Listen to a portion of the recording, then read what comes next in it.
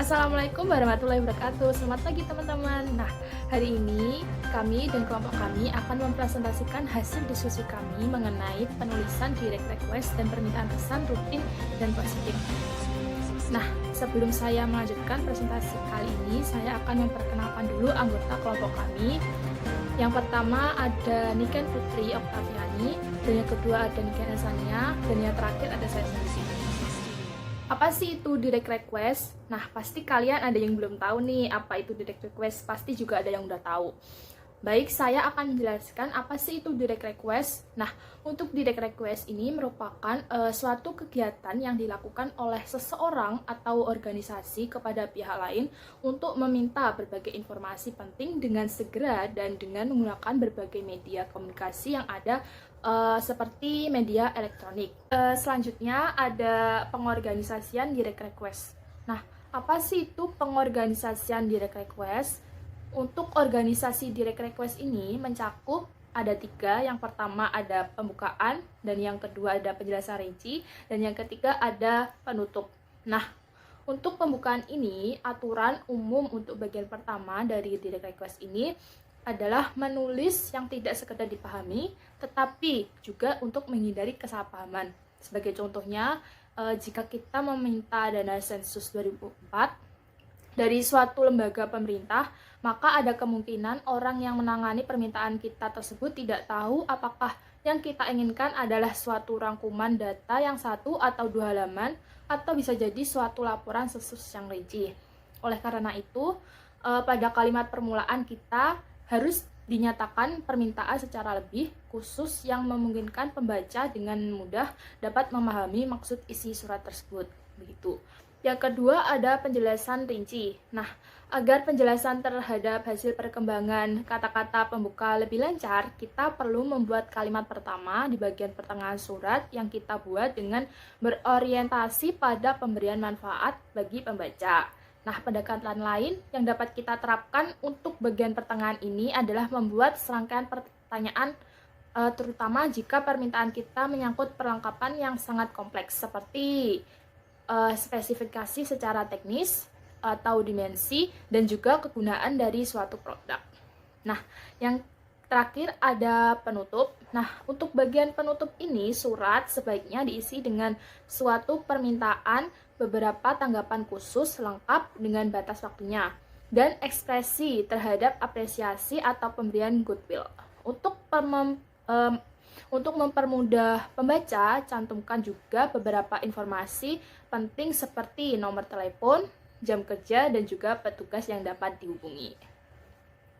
Selanjutnya ada bentuk-bentuk permintaan langsung direct request. Nah, untuk bentuk-bentuk permintaan ini ada 2 macam. Yang pertama ada permintaan pihak internal, dan yang kedua ada permintaan eksternal. Nah, untuk permintaan pihak internal ini, dalam permintaan ini dapat dilakukan secara lisan karena hanya permintaan data saja.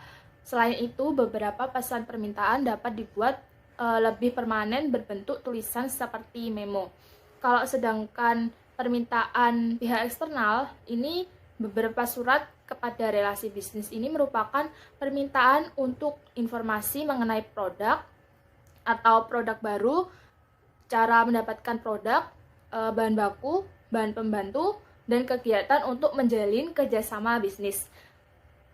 Dan juga dari suatu iklan itu kita perlu diperhatikan 3 hal pokok. Itu yang pertama ada menyatakan di mana iklan tersebut dilihat, dan yang kedua ada menjelaskan apa yang diinginkan, dan yang terakhir ada cantumkan alamat yang jelas dan juga lengkap untuk surat balasannya.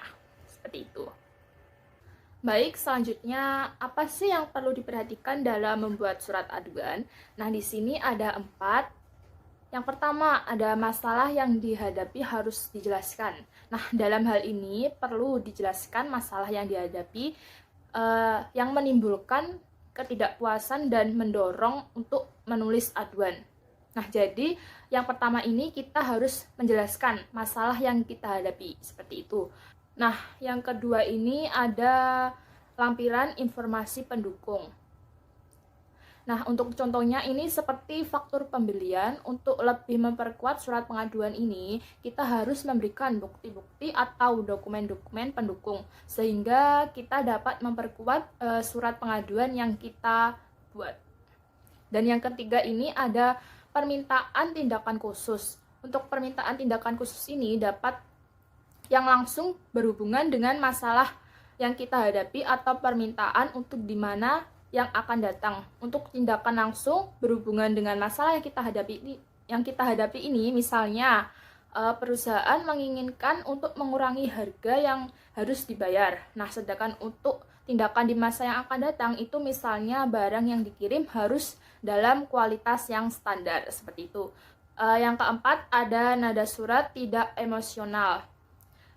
Untuk nada surat yang tidak emosional ini mengurangi respek penerima pesan sehingga enggan melakukan tindakan di samping itu. Contohnya, klaim atau aduan dalam jangka panjang ini juga dapat merusak hubungan bisnis yang tidak terbina. Seperti itu. Untuk selanjutnya, surat, undangan, pemesanan, dan referensi. Yang pertama, surat undangan. Penulisan surat undangan menggunakan pendekatan langsung. Dan pendekatan langsung ketiga komponen yaitu ide pokok pada paragraf pertama berisi undangan. Untuk selanjutnya, penjelasan lebih rinci mengenai ide pokok pada awal surat tersebut. Yang terakhir, dengan penutupan yang lebih rinci dengan penutupan yang berisi sebuah harapan dan tindakan yang diinginkan dan ucapan.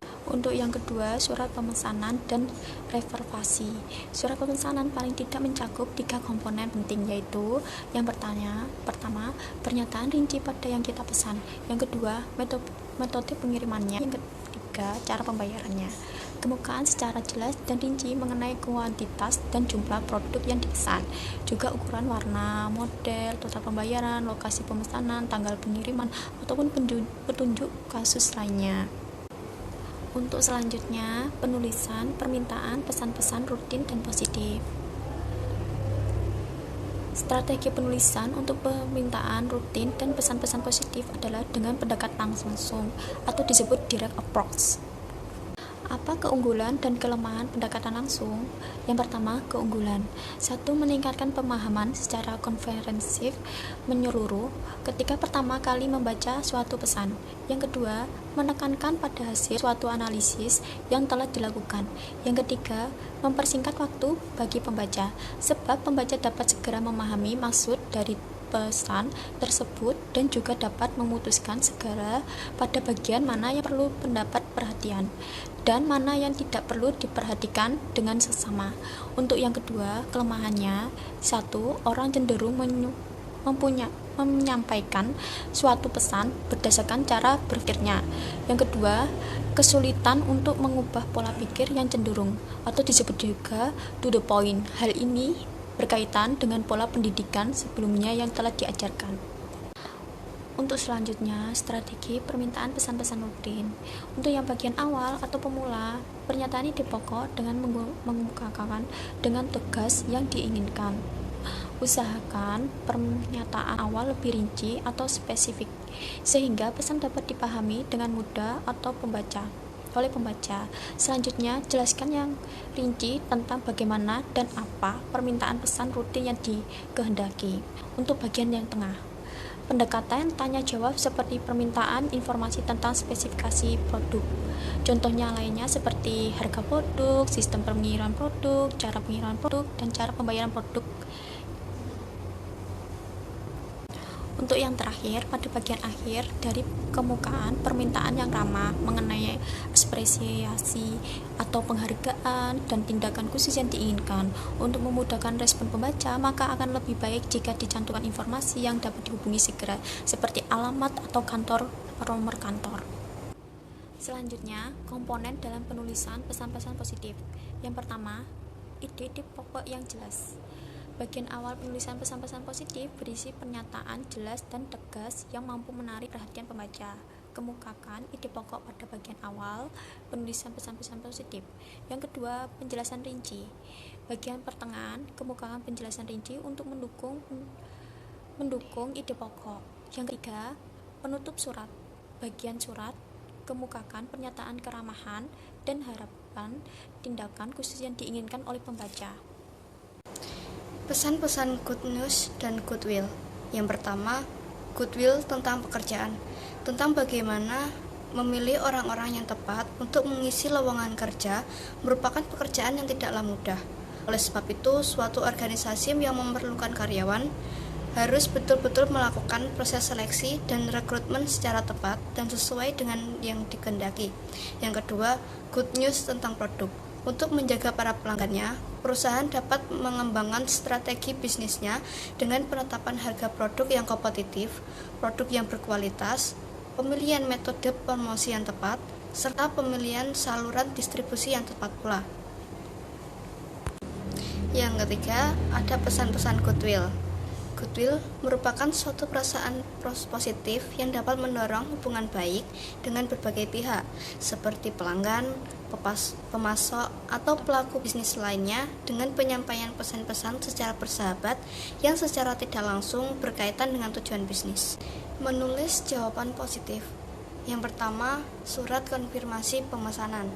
Salah satu surat bisnis paling sederhana adalah dengan membuat surat konfirmasi atau confirmation letter yang menjelaskan kepada pelanggan bahwa pesanan produknya telah diterima. Yang kedua, ada menjawab permintaan informasi. Setiap permintaan itu penting, baik dari dalam maupun luar organisasi. Pendapat orang lain terhadap suatu organisasi bisnis, produk, maupun departemen akan dipengaruhi oleh bagaimana kesigapan dalam menanggapi permintaan tersebut. Berikut adalah bagaimana membalas setiap permintaan pelanggan, yaitu yang pertama, menjawab permintaan dengan penjualan potensial. Yang kedua, menjawab permintaan tanpa penjualan. Berikut adalah contoh penulisan direct request untuk pengaduan. Dijelaskan bahwa Bapak Pandu Dewanata meminta pengiriman ulang barang pesanan sebab adanya kesalahan pengiriman ukuran produk. Maka dari itu, Bapak Pandu membuat surat pengaduan seperti yang ditampilkan di layar ini. Namun, surat pengaduan secara tertulis tentu akan lebih baik karena secara rinci mencangkup hal-hal yang menjadikan Bapak Pandu merasa tidak puas. Reaksi Bapak Pandu pertama kali terhadap pelayanan yang jelek mungkin akan marah atau frustasi. Akan tetapi, perlu diingat bahwa surat pengaduan yang bernada marah tentu menjadikan pembaca enggan untuk melakukan tindakan koreksi. Sekian dari kelompok kami. Jika ada pertanyaan, silakan tanyakan ya.